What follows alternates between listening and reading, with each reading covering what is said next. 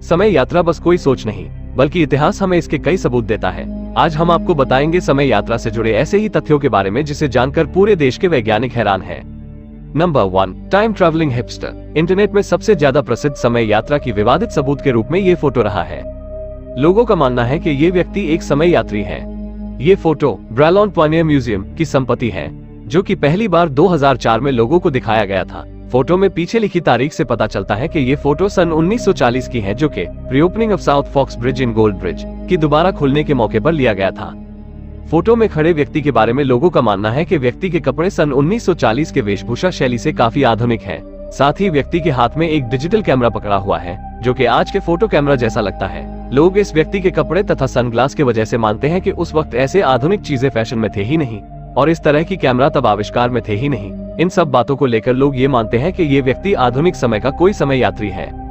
Number 2, Mann's Chinese Theatre. ये घटना सन 1928 की है। तस्वीर में दिखाई जाने वाली ये लेडी सेल फोन से बात करती हुई दिखाई देती है। ये तस्वीर हॉलीवुड में हुए मैन्स चाइनीज थिएटर फुटेज का ये तस्वीर दिखाता है कि ये बूढ़ी औरत बाएं हाथ को अपने कान पर इस तरह जा रही है जैसे आज के समय अनुसार वो सेल फोन पर बात करते हुए जा रही हो। लेडी के आसपास कोई भी नहीं है, जिससे ये अंदाजा लगाया जा सके कि वो अपने आसपास के किसी से बात करते हुए चल रही हो, सिवाय एक आदमी के जो उससे काफी दूरी पर है और वो चला जा रहा है। इस फोटो का पता फिल्म मेकर जॉर्ज क्लार्क ने लगाया। हम तो ये नहीं कह सकते कि ये लेडी एक समय यात्री है, पर आज तक इस लेडी के बारे में स्पष्ट जानकारी न होने के बाद लोग इसे समय यात्री ही मानते हैं।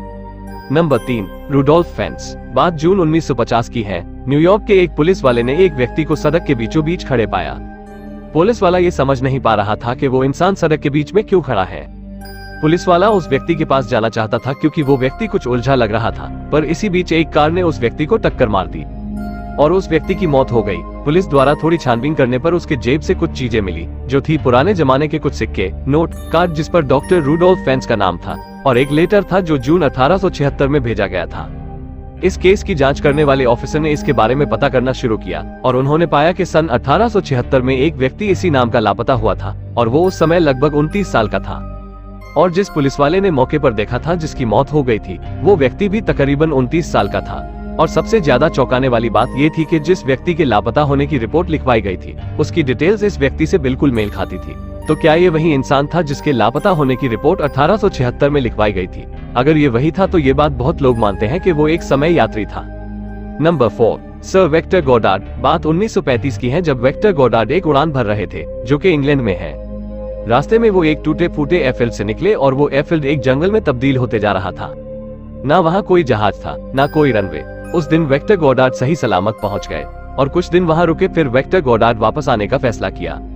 वो उसी रास्ते से जा रहे थे जिससे वो आए थे। फिर से वो उस एयरफील्ड के ऊपर पहुंचे और जैसे ही वो वहां पहुंचे तो एक तेज तूफान में फंस गए और वो विमान से अपना नियंत्रण खो दिए और अचानक उनका विमान नीचे गिरना शुरू हुआ और वो कुछ समय बाद उस तूफान से बाहर निकल आए।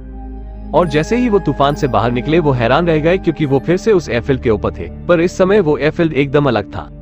वो एकदम नए जैसा लग रहा था और वहां पर 4 प्लेन भी खड़े थे जिनकी रंग पीले थे, जबकि उस समय की प्लेन सिल्वर रंग के होते थे। और आसपास मैकेनिक्स भी घूम रहे थे जिन्होंने नीले रंग के कपड़े पहने हुए थे, पर उस समय रॉयल एयरफोर्स के कपड़े भूरे रंग के होते थे। उन प्लेन में से एक मॉडल ऐसा भी था जो उन्होंने कभी नहीं देखा था। जैसे जैसे उनका प्लेन उड़ता गया वो एयरफील्ड पीछे छूटता गया और जैसे ही वो एयरफील्ड पीछे छूटा फिर से उसी प्रकार के तूफान ने वेक्टर गॉडार्ड को घेर लिया, पर इस बार वो तैयार थे और तूफान से आसानी से बाहर निकल आए। जैसे ही वो इंग्लैंड पहुंचे उन्होंने ये वाकया अपने दोस्तों को बताई, पर किसी ने भी उनकी बातों पर विश्वास नहीं किया और इसके बाद वो ये बात किसी को भी नहीं बताई। और जब 1975 में उन्होंने एक किताब लिखी जिसका नाम फ्लाइट टुवर्ड्स रियलिटी, उसमें उन्होंने ये बात कही। और दोस्तों, चौंकाने वाली बात यह है कि इस घटना के लगभग 4 साल बाद 1939 में रॉयल फोर्स की ड्रेस नीली हो गई थी और प्लेन भी पीले रंग की कर दी गई थी और एक नया प्लेन भी आ गया था जिसका नाम था मजिस्टर। सारी चीजें बिल्कुल वैसी ही हो गई थी वैसे वेक्टर गॉडार्ड ने देखा था।